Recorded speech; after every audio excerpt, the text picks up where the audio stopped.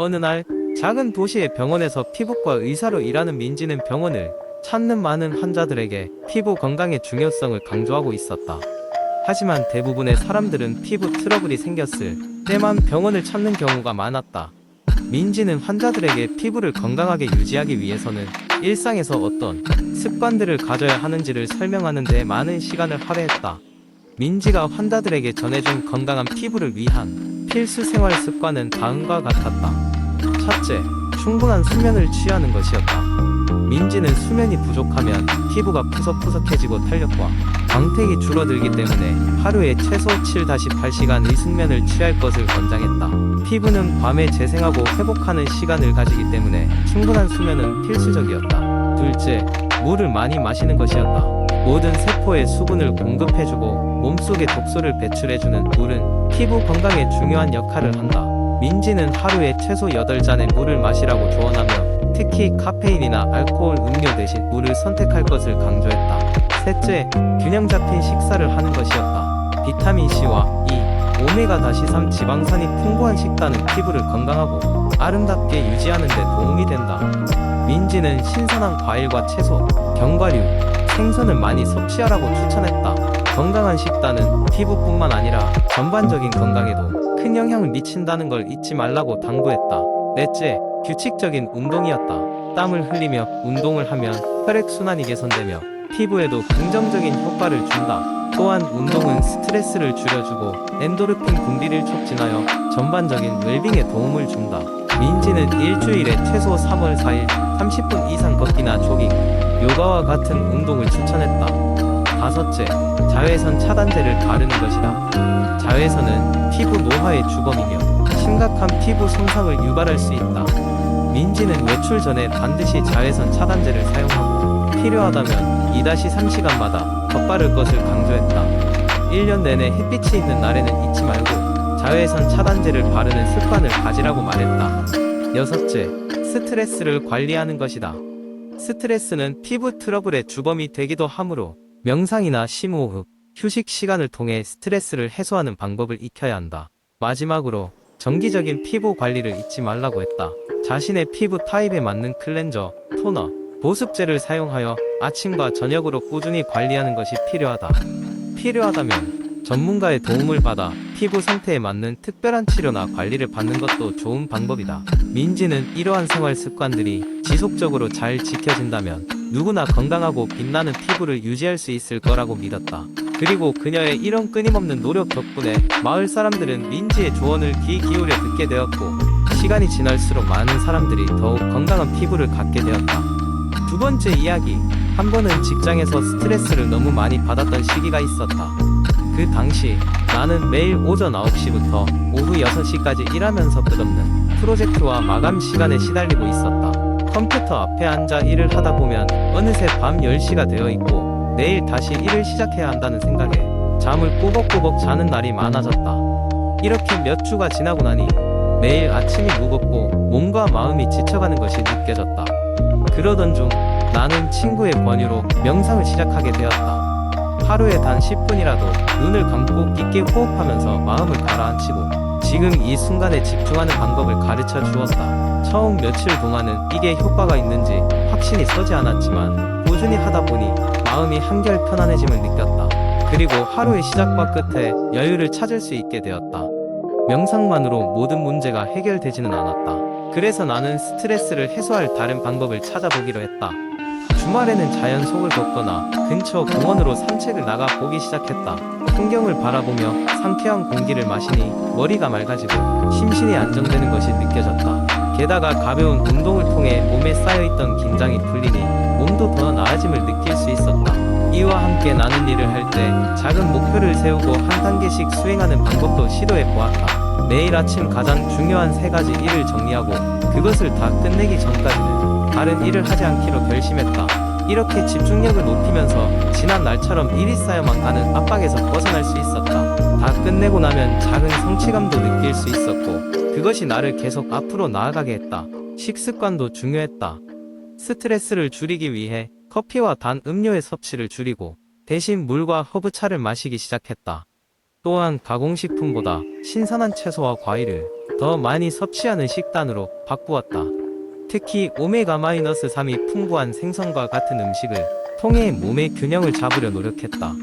건강한 식습관은 내 몸이 스트레스에 더 잘 대처할 수 있도록 도와주었다. 마지막으로 생활 속 사람들과의 관계를 소중히 여기기 시작했다. 스트레스가 심할 때는 친구들과 만남을 통해 서로의 고민을 듣고 조언을 주고받는 것만으로도 많은 위안을 얻을 수 있었다. 가족과 더 많은 시간을 보내고 서로의 이야기를 나누면서 정서적으로 큰 힘을 얻게 되었다.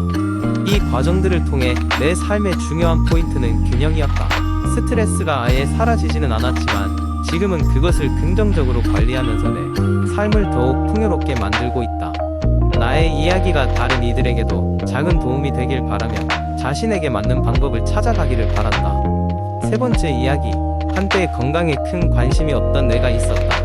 그저 먹고 싶은 대로 먹고 운동은 예전 체육 시간에서 멈춘 채 모든 것이 자연스럽게 잘 될 것이라고 생각했다.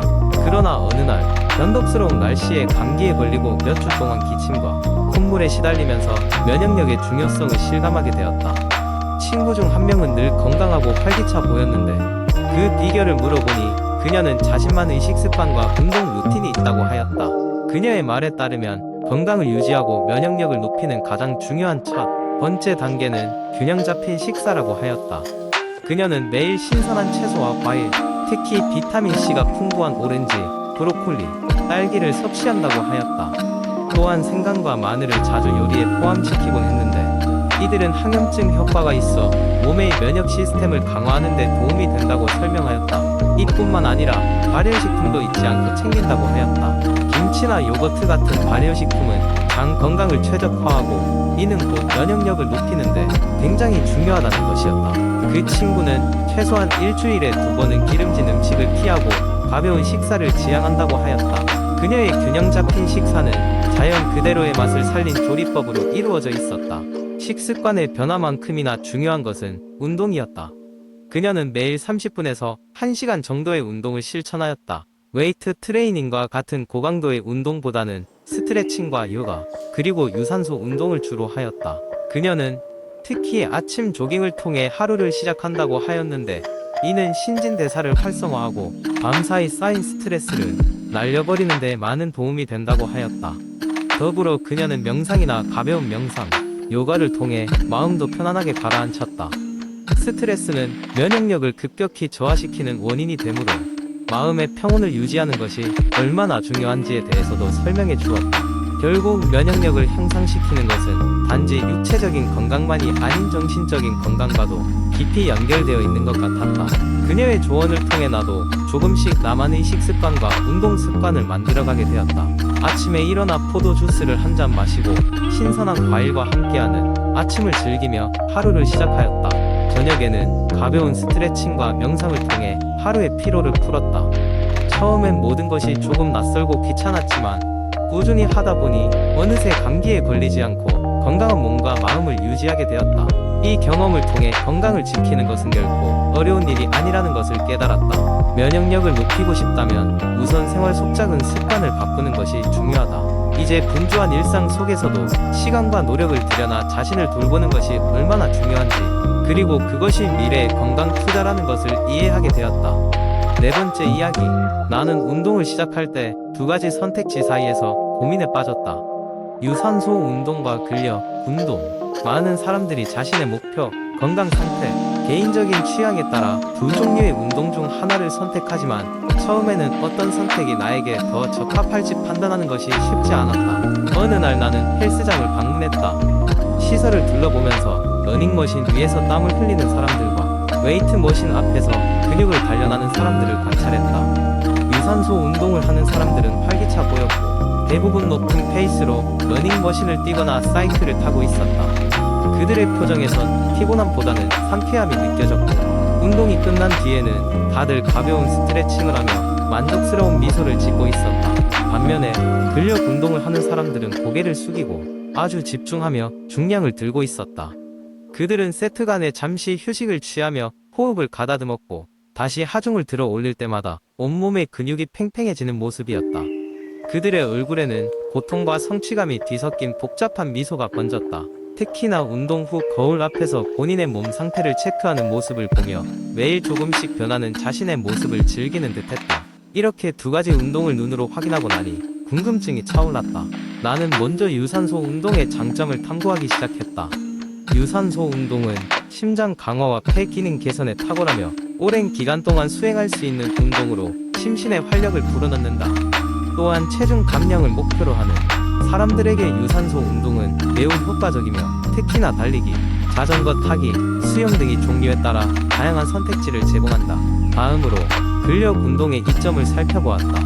근력 운동은 근육량 증가와 체형을 만드는데 가장 효과적인 방법이다.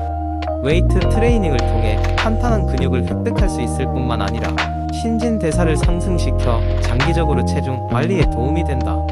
또한 나이가 들면서 자연스럽게 감소하게 되는 골밀도를 유지하며 전반적인 신체 균형감과 유연성 향상을 도모할 수 있다는 점에서 매력적이다.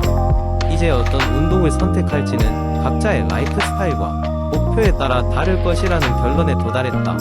나는 체중 감량과 건강한 심장 기능을 목표로 사마 유산소 운동을 우선적으로 시작하기로 했다. 하지만 근력 운동의 중요성도 충분히 이해했기 때문에 매주 일정 시간을 할애하여 자신의 신체를 꾸준히 단련할 계획을 세웠다. 결국 중요한 것은 특정한 운동을 선택하고 그것만을 고집하는 것이 아닌 다양한 운동을 병행하여 전반적인 신체 건강과 목표를 달성하는 것이었다. 나의 운동 여정은 이렇게 시작되었다.